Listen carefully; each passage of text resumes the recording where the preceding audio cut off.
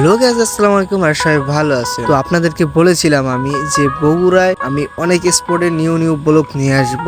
দেন আজকে আমরা চলে যেতেছি মহাস্থানগড়ের A to Z কয়টা স্পোর্ট আছে আশেপাশে যাহা কিছু আছে এবং মহাস্থানগড় সহ সবগুলো থাকছে এই ভিডিওতে। ঝটপট ভিডিওটা দেখতে থাকেন শেষ পর্যন্ত। সুন্দর সুন্দর লোকেশন আছে।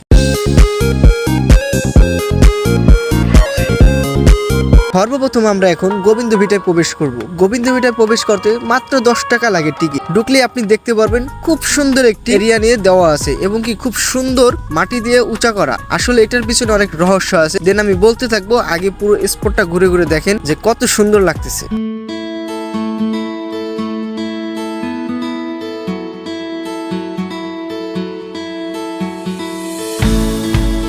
আমি আছি এখন গোবিন্দ ভিটার সর্বোচ্চ উঁচুতে। এই যে আপনারা দেখতে পাচ্ছেন নিচে অনেকগুলো স্তর আছে। এগুলো কেন নিচে? আসলে কি আপনি দেখতে পারবেন রাস্তা থেকে এই স্পোর্টটি অনেক উঁচুতে, কারণটা হচ্ছে একটা বিল্ডিং ছিল আগের আমলে, অনেক বড় একটা বিল্ডিং ছিল যেটা এখন কোনো কারণে ডেবে গেছে। হয়তোবা এগুলো হলো আমরা বইতে পড়েছি, মহাস্থানগড়ের অনেক কিছুই আমরা বইতে পড়াশোনা করছি। বইতে পড়াশোনা করলে আরো অনেক ভালো জানা যায়। দেখবেন বইতে পড়ালেখা করলে মহাস্থানগড়ের বিভিন্ন কিছু দেওয়া আছে। এই ভবনগুলো ইট দিয়ে বাউন্ডারি করা। দেখেন এই যে বিল্ডিংটা ডেবে গেছে, এটা অনেক অনেক বছর আগে, ঠিক আছে, শত শত বছর আগে এটা তৈরি করা হয়েছিল। চলুন আমরা এখন এই গোবিন্দ ভিটার পুরো এরিয়ার ভিউটা এক নজরে দেখে নিই, কত সুন্দর করে তৈরি করা হয়েছে এটা।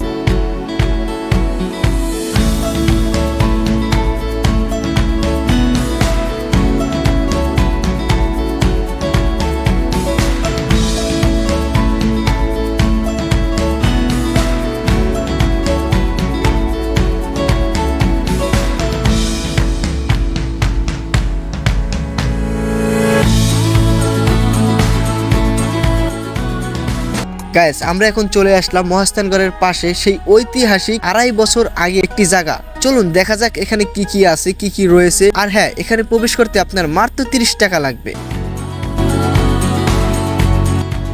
আমি প্রবেশ করে সর্বপ্রথম এই সিঁড়ি দিয়ে উপরে উঠতে লাগলাম, দেখি উপরে কি আছে। আর হ্যাঁ, এই জায়গায় অনেক কিছুই নতুন করা হয়েছে সৌন্দর্যটা বাড়ানোর জন্য। এখন আমি উপরে ওঠার পর দেখতে পেলাম বিরাট বড় এরিয়া নিয়ে ইটের, অনেক বছর আগের, এই যে 2.5 বছর বলেছিলাম, এই 2.5 বছর আগে একটি রাস্তা, এখান দিয়ে বিরাট বড় মাজার থেকে শুরু করে অনেক বড় এরিয়া নিয়ে এটা তৈরি করা হয়েছে। আর হ্যাঁ, এই এরিয়া যতটুকু দেখেন না, এর ভিতরে যতটুকু জায়গা ছিল এই এরিয়াটা করেছিলেন এক রাজা।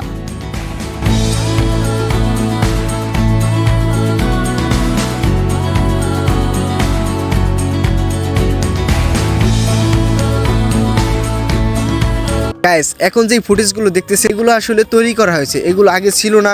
এখন এখানে মানুষজন ঘুরতে আসে, যার জন্য এই সুন্দর এরিয়া নিয়ে পর্যটকটা আর কি তৈরি করা হয়েছে। এবং কি এখানে এই জন্যই টিকিট করা হয়েছে 30 টাকা। আগে আমরা এখানে ফ্রিতেই প্রবেশ করতাম। চলুন এখন কথা না বেরিয়ে কি কি তৈরি করা হয়েছে, কত সুন্দর সুন্দর লোকেশন আছে, চলেন পুরো চিত্রটা ঘুরে দেখা যাক।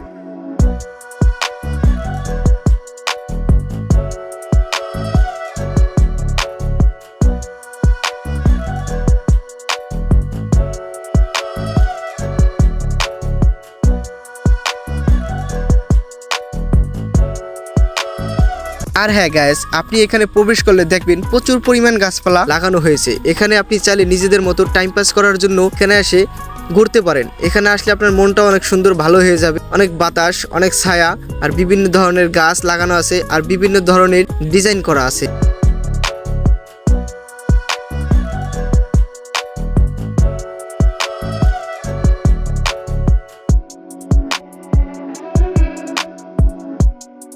এই পর্যটকে এখনো অনেক কাজ তৈরি করা হইতেছে আরো সৌন্দর্য বাড়ানোর জন্য। এখানে কিছু কিছু রাস্তা করা হয়েছে, কিছু কিছু স্পট গুলো দেখাইতেছে, মানে অসাধারণ এক কথায়।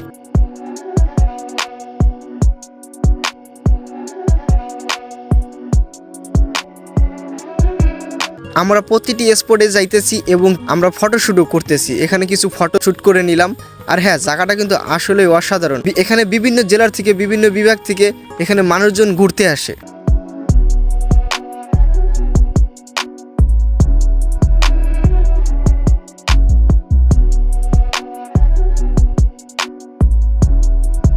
এই যে রাস্তাটি দেখতে পারছেন ইটের ক্ষয়ে ক্ষয়ে গেছে, অনেক পুরনো। এটা কিন্তু অনেক বছর আগে তৈরি করা হয়েছে। ওই যে বলছিলাম না, এক ঐতিহাসিক 2.5 বছর আগে এটা তৈরি করা হয়েছে। এটা অনেক বড় এরিয়া নিয়ে আপনি হাঁটতেই থাকবেন বাট শেষ হইবে না। আমি 1-1.5 ঘন্টা মানে হাঁটলামই, তারপরে এটার কোনো শেষ পাইলাম না। জানি না এটা কতটা এরিয়া নিয়ে এটা তৈরি করা হয়েছে।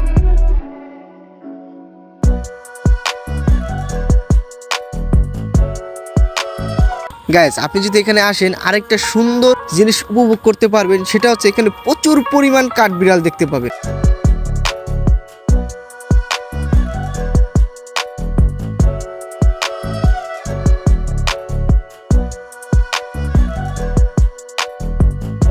আমরা কিন্তু এখনো মহাস্থানগড়ের জাদুঘরে প্রবেশই করি নাই, যেটা দেখার জন্য আমাদের মূলত আসা। আমরা প্রথমে আর কি জাদুঘরে ঢুকতে চাইছিলাম, ওই জায়গায় আর কি 2টার পরে গেট খোলা হবে, যার জন্য আমাদের এতক্ষণ পর্যন্ত ওয়েট করা লাগতেছে। আমরা ওয়েট না করে আশেপাশে যেগুলো স্পট গুলো আছে এগুলো ঘুরে নিলাম।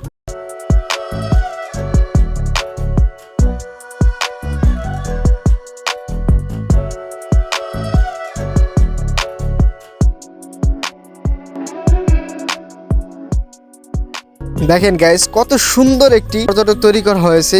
আশেপাশের দৃশ্যগুলো দেখেন। মহাস্থানগড়ে এই যে আশেপাশের চিত্রগুলো দেখতে পারতেছেন না, এগুলো সবই নতুন করা হয়েছে। পুরনো বলতে এই যে আপনি রাস্তাটা দেখতেছেন ইটের, ঠিক আছে, অনেক পুরনো। এগুলো হচ্ছে শতাব্দী বছর আগে এগুলো তৈরি করা হয়েছে। আর মহাস্থান জাদুঘরের ভিতরে প্রবেশ করলে আমরা দেখতে পারবো অনেক পুরনো জিনিস আছে। ওখানে অনেক পুরনো পাথর আছে। আর জাদুঘরের যে মিউজিয়াম জাদুঘর, ওইটার ভিতরে সাধারণত ফোন ইউজ করা যায় না, মানে ক্যামেরা দিয়ে কোনো কিছু ধারণ করা যায় না। তারপরও আমি যথেষ্ট পরিমাণ চেষ্টা করব যতটুকু পারি আপনাদেরকে দেখানোর।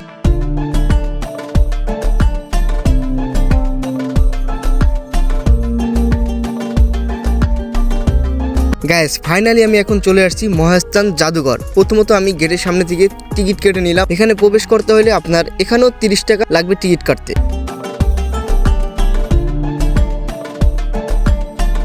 জাদুঘরের ভিতরে আপনি প্রবেশ করলে সর্বপ্রথম দেখতে পারবে অনেকগুলো পাথরের দরজা। এর এক একটি পাথরের দরজার বয়স আনুমানিক 1800 বছর, 1200 বছর ইত্যাদি।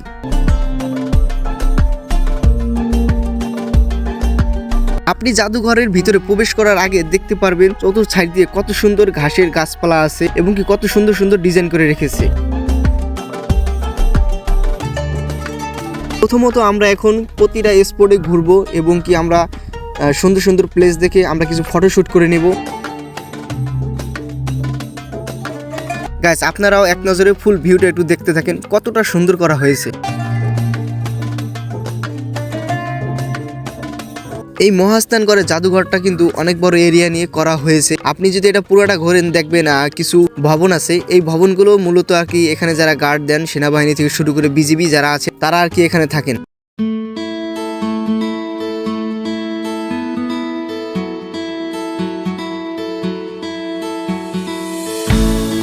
আপনি যদি এই জাদুঘরে প্রবেশ করেন আরো কিছু দেখতে পারবেন, অনেক সুন্দর সুন্দর ফুল গাছ, জায়গা জায়গা বিভিন্ন ধরনের দেখবেন অনেক পাথর রাখা আছে। এইগুলো কিন্তু অনেক বছর আগের।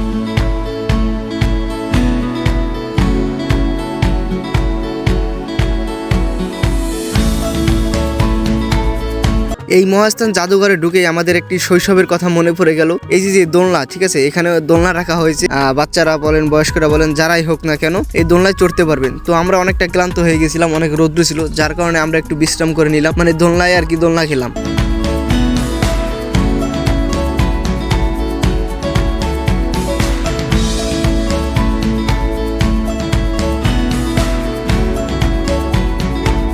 আপনারা এখানে আরেকটি ঘর দেখতে পারবেন। এই ঘরটি অনেক বছর আগের। এই ঘরটি কিন্তু অনেকটা তলিয়ে গেছে আর কিছু অংশ উপরে আছে। আপাতত এই ঘরে কেউ এখন বসবাস করেন না।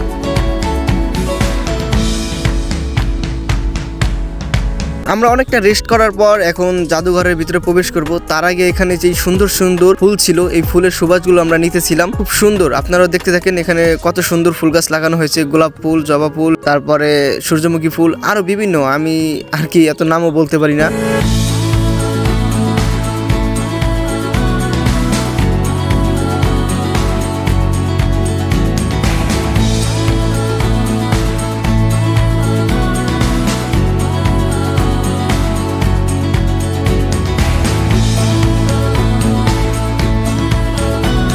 গাইস আমরা এখন প্রতিটা স্পট ঘুরলাম, ঘোরার পর এখন আমরা জাদুঘরে প্রবেশ করব। এই যে মহাস্থানগণ দেখতেছেন, এই যে সামনে যে ঘরটা, এটাই হচ্ছে আর কি জাদুঘর। এই ঘরের ভিতরে আপনারা যদি প্রবেশ করেন দেখতে পারবেন বিভিন্ন ধরনের কালো পাথর দেখতে পারবেন, কলসি দেখতে পারবেন, এছাড়াও আপনি অনেক ধরনের চারা দেখতে পারবেন, মূর্তি দেখতে পারবেন এবং কি আমাদের ইসলামের অনেক কিছু দেখতে পারবেন। মানে আমরা বইতে যা যা পড়ছিলাম আপনি এটা বাস্তবে পুরাটাই দেখতে পারবেন। এখানে ভিতরে অনেক শতাব্দী বছর আগের, অনেক হাজার হাজার বছর আগে এখানে অনেক কিছু রাখা আছে। পুরানো টাকা মানে কয়েন আছে না, রাজার আমলের সোনার রূপা, ঠিক আছে, এই কয়েলগুলো দেখতে পারবে। এছাড়াও আরো অনেক কিছু আছে দেখার মতো। ভিতরে আমাদের ফোন ইউজ করতে দেয় না, যার কারণে আমি ভিতরের চিত্রটি দেখাইতে পারলাম না। আর হ্যাঁ, ভিডিওটি কেমন লাগছে অবশ্যই কমেন্ট বক্সে জানাবেন।